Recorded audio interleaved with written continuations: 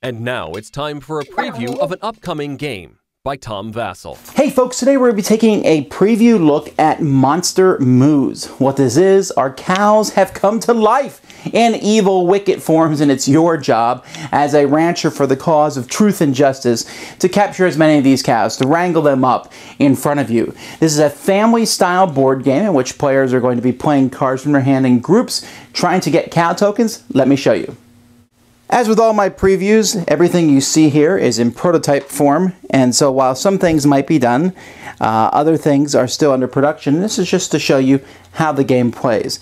In this game, you can see that we're going to start off here with one of each type of cow here. We have your blue cyborg cow, yellow cyborg cows, red dragon cows, green zombie cows, and blue ghost cows. So these are the portals that they show up in, and your job is to capture them.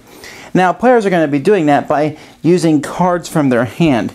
So players are going to have cards in their hand. They'll start with 5. There are cards that match each of the cow's colors. What's on the card itself doesn't really matter. Thermovisual goggles, it's just the fact that it's a blue card. Zombie repair kit, techno screwdriver, fireproof duds, and then there's special cards that you can play. Now, on a player's turn, the first thing they have to do is they have to decide whether they're going to draw 2 cards from the top of the draw pile or take the top discard, their choice. Then they can round up or they can sit a spell.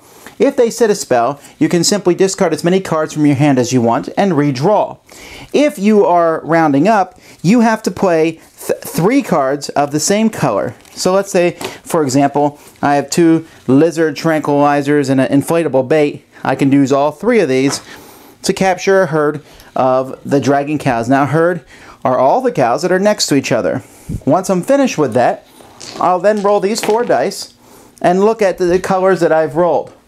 Here I rolled 3 reds, so I can go 1, 2, 3. I'll add 3 more red cows and 1 blue, 1 ghost cow. Now, after I've done that, each cow must move. Each cow, one from each color must move. Now, you can never have a cow wander off by itself. If they start by itself, that's fine.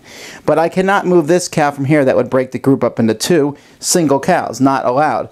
But I could move this cow to here, so now there's 2 groups of red. And I would likely want to do that because if the next person can capture a group of reds, if I leave them all together, they're going to get 4 red cows, while if I have them apart, the most they can get is 2.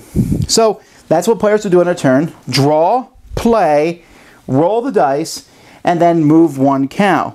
Now, like I said, there are special cards that players can play. You know, look at their hand, take a card from it, give them a card from your hand. Take any 3 dragon moves from the field and add them to your hand. Place 3 zombie moves on the field anywhere you want. Discard a yellow tool. If you do, take 1 cyborg move from each other player's ranch and put it in yours. Now, the zombie, if some of these dice have black sides to them, if you ever roll all 4 of them, there's a stampede, you wipe the board completely, and you will bring out 1 of each color at the portals. So that will happen every once in a while if you roll all 4. Those and other things can cause that also. So this is going to continue to go on back and forth. The game will then continue until one player has wrangled 25 cows or 15 of one color. When that happens, that person has won the game. While the cows are zombies and ghosts and dragons and robots, they really don't look that evil, so there's certainly nothing to be afraid of here as in, oh, my kids will be afraid of the zombies. This is all pure silliness, which is emphasized by the different things that are on the cards. The game is essentially, so you can keep 7 cards in your hand, but there's almost like a push your luck. Why should I spend 3 red cards from my hand to capture 1 cow when there might be a bigger group next turn, but if I wait too long, maybe somebody else will grab that group first. course, there's some strategy and movement, and different groups of cows will grow at different rates. And of course, there's special cards, so there's a bit of a take that mechanic.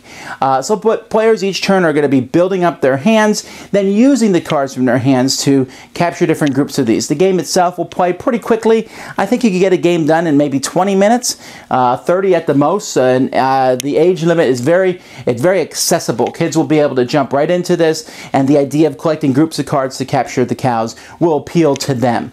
In just a moment, I'm going to show you the Kickstarter link for this game. If you're interested, you can go support it and play Monster Moos.